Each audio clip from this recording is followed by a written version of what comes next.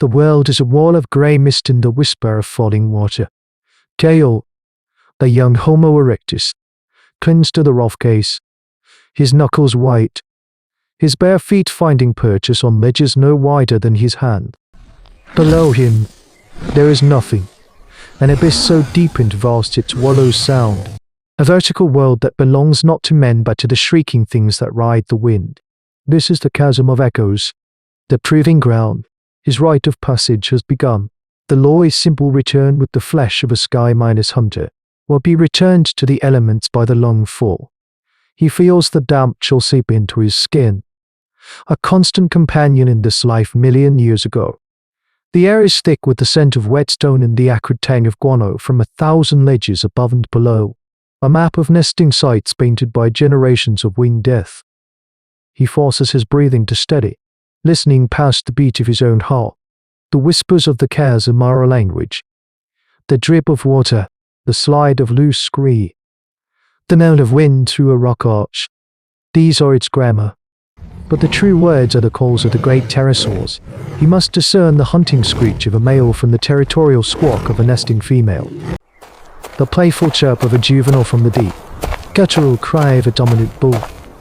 This is the core of his clan's unique survival skills, a form of acoustic law that allows them to exist where no other ground-minus walkers dare. These ancient humans do not fight the chasm. They listen to it, and in its echoes, they find the weaknesses of its masters. He shifts his weight. The movement's slow and deliberate, and his fingers brush against the tools tucked into his hide loincloth.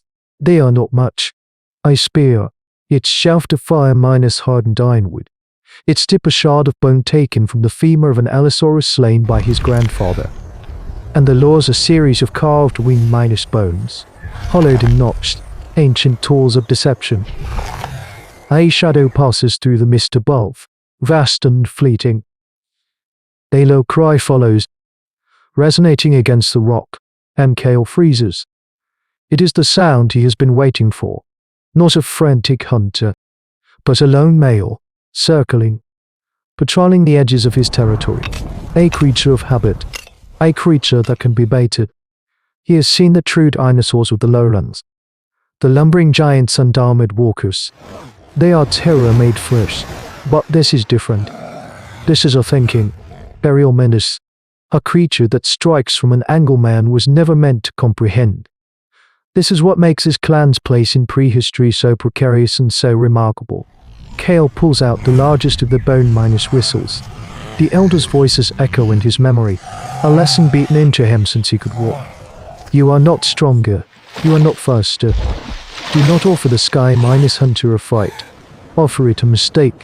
He takes a deep, steadying breath, the chasm air tasting of rain and fear, and prepares to make the predator's own world lie to it.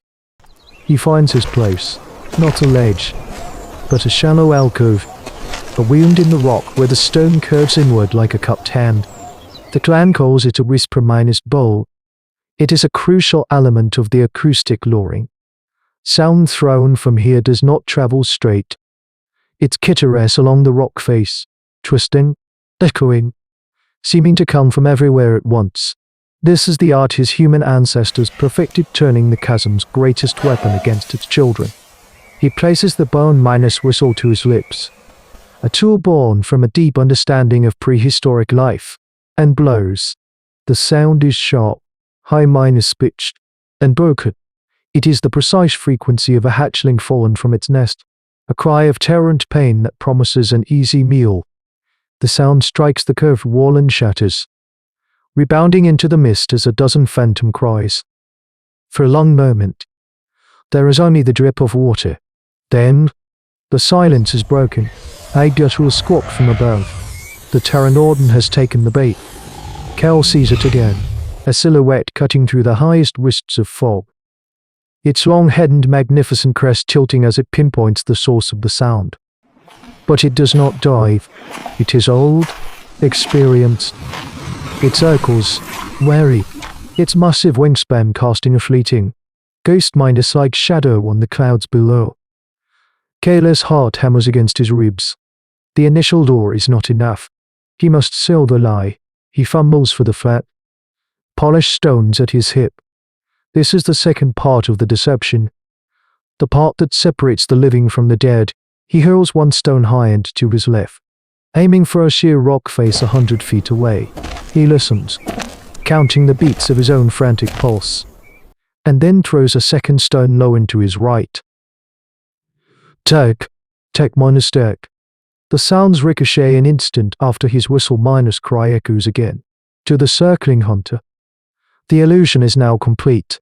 Not just a cry, but the sound of a desperate, clumsy scramble, by hustling, thrashing, dislodging pebbles as it tries to regain its footing on a narrow ledge. The combination is irresistible.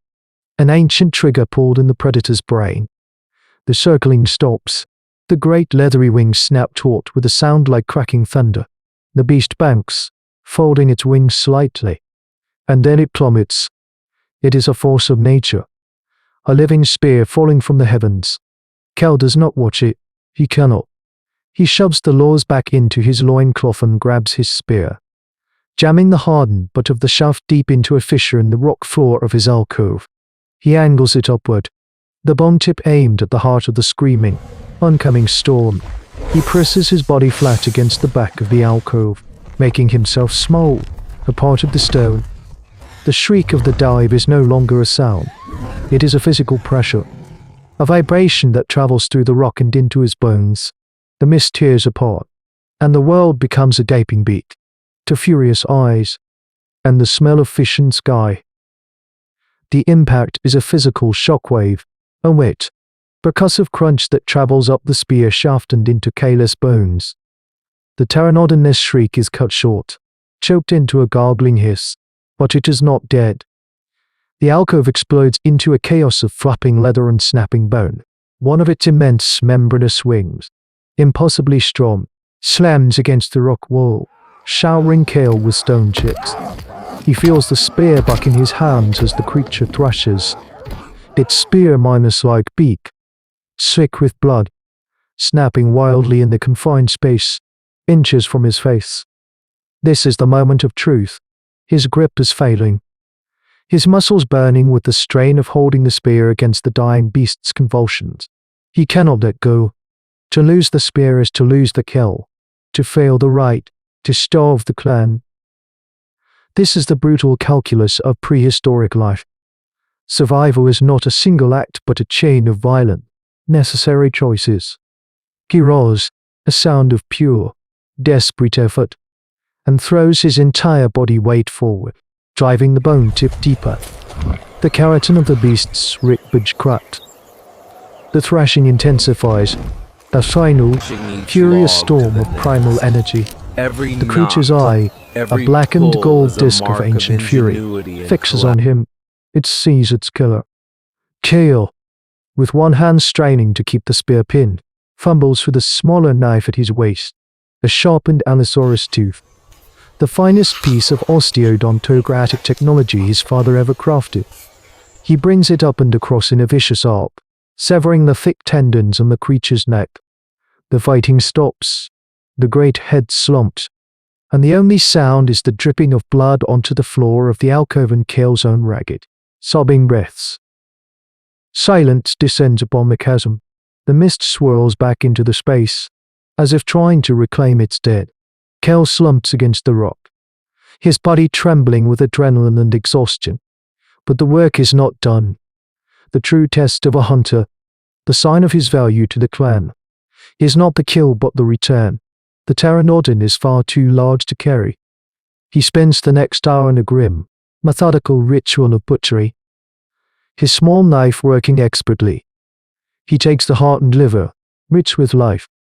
He cuts a large section of the wing membrane, a priceless resource for carrying water and sheltering from the rain. He wraps the meat within it, secures the bundle to his back, and leaves the rest for the chasm. The ascent is a slow, agonizing crawl. Every muscle screams. The bundle on his back feels heavier with each foot he climbs. But as he finally pulls himself over the lip of the chasm and onto solid, flat earth, he does not feel triumph. He feels only the profound, hollow ache of survival, and the weight of the gift he carries back to his people. He is no longer a boy who fears the abyss, but a man who has paid its price. This act, played out on a misty cliff face, is more than one hunter's trial. It is a single, perfect frame in the sprawling, bloody epic of human evolution. The chronicle of hominid history is not written simply in the discovery of fire or the chipping of stone. It is written in moments like these when a physically outmatched creature, one of many human ancestors, refuses to accept its place. Kale did not conquer the Pteranodon with strength. He conquered it with a thought, an idea born of observation, passed down through generations, and executed with calculated courage. He turned sound into a weapon and an echo into a trap. This is the dawn of a new kind of power on this ancient earth, a power that does not rely on fang or claw, but on the intricate neural pathways of a burgeoning mind. It is the audacious belief that the rules of this world, a world ruled by dinosaurs for 100 million years, could be understood, bent, and ultimately broken. Every great feat of engineering, every complex strategy, every leap of faith our species has ever taken has its roots in this primal gamble, the courage not just to survive the monster, but to outthink it.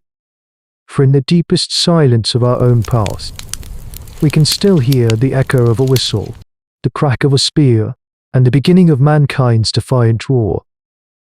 The abyss looks back, and sometimes it is a reflection.